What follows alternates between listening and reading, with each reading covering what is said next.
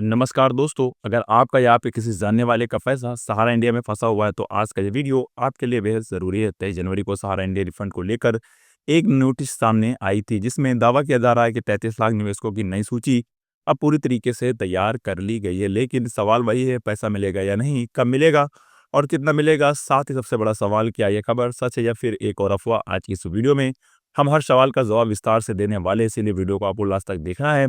दोस्तों, सहारा इंडिया कभी देश की सबसे बड़ी चिट फंड और निवेश कंपनी में से एक हुआ करती थी। गांव से लेकर शहर तक छोटे दुकानदार, किसान, मजदूर और नौकरी पेशा लोग, हर किसी ने सहारा में पैसा लगाया था, क्योंकि सहारा भरोसे का नाम यहाँ पर बन चुका था। लोगों को बताया गया कि पैसा सुरक्षित रहेगा, तय समय में रिटर्न मिलेगा और जरूरत पड़ने पर पैसा तुरंत वापस मिल जाएगा। शुरुआत में कई लोगों को पैसा डबल होकर मिला भी, लेकिन धीरे धीरे सच्चाई सामने यहाँ पर आने लगी। दोस्तों, समय के साथ सहारा इंडिया पर गंभीर सवाल उठने लगे। सेबी और दूसरी जांच एजेंसियों ने जांच शुरू की।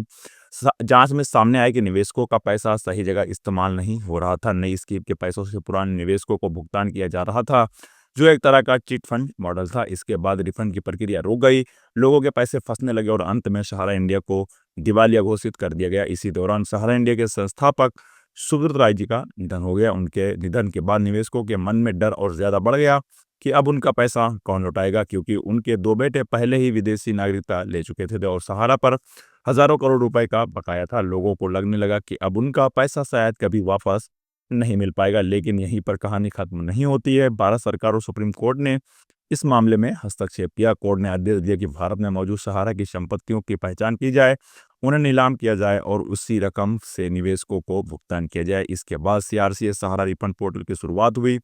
शुरुआत में इस पोर्टल पर निवेशकों को केवल 10,000 तक का क्लेम करने की सुविधा दी गई। इसके बाद ये सीमा बढ़ाकर 50,000 कर दी गई। लाखों निवेशकों ने आवेदन किया और कई निवेशकों को उनके पैसे वापस भी मिल चुके हैं। लेकिन जिन निवेशकों का पैसा 5 लाख, 10 लाख या उससे ज़्यादा फंसा हुआ था, उनके लिए ये राशि बहुत कम थी। अब 23 जनवरी को जो नई खबर सामने आई है, उसके अनुसार करीब 35 लाख निवेशकों की नई सूची तैयार कर ली गई है। बताया जा रहा है कि बड़े निवेशकों के लिए क्लेम लिमिट बढ़ाने की तैयारी की जा रही है और अब 10 लाख तक क्लेम करने का विकल्प मिल सकता है। हालांकि ये ध्यान रखना जरूरी है कि अभी तक इसकी पूरी तरीके से आधिकारिक पुष्टि नहीं हुई है, लेकिन प्रक्रिया को तेज करने के संकेत जरूर मिल रहे हैं। आजकल सोशल मीडिया और इंटरनेट पर कई तरह की खबरें वायरल हो रही हैं। कोई कह रहा है पैसे अगले महीने मिलेंगे, कोई कह रहा है सभी निवेशकों को पूरा पैसा मिलेगा। लेकिन आपको सावधान रहने की जरूरत है। जब तक कोई आधिकारिक सरकारी वेबसाइट, सीआरसीएस पोर्टल या फिर आधिकारिक नोटिस ना आ जाए, तब तक किसी पर भी भरोसा ना करें। अब मैं आपसे एक सवाल पूछना चाहता हूँ,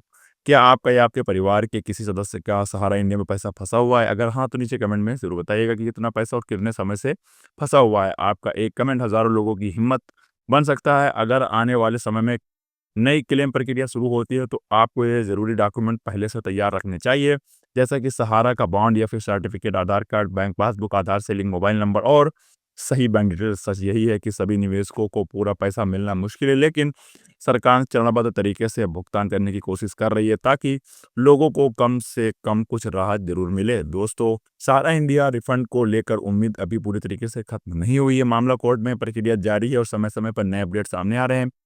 जैसे ही कोई नई आधिकारिक नोटिस जारी होगी, आपको सबसे पहले इसकी जानकारी दे दी जाएगी। वीडियो पसंद आया हो तो लाइक करें, शेयर करें और चैनल को सब्सक्राइब करना मत भूलिएगा। लौटेंगे एक और नई वीडियो के साथ, तब तक के लिए जय हिंद, वंदे मातरम।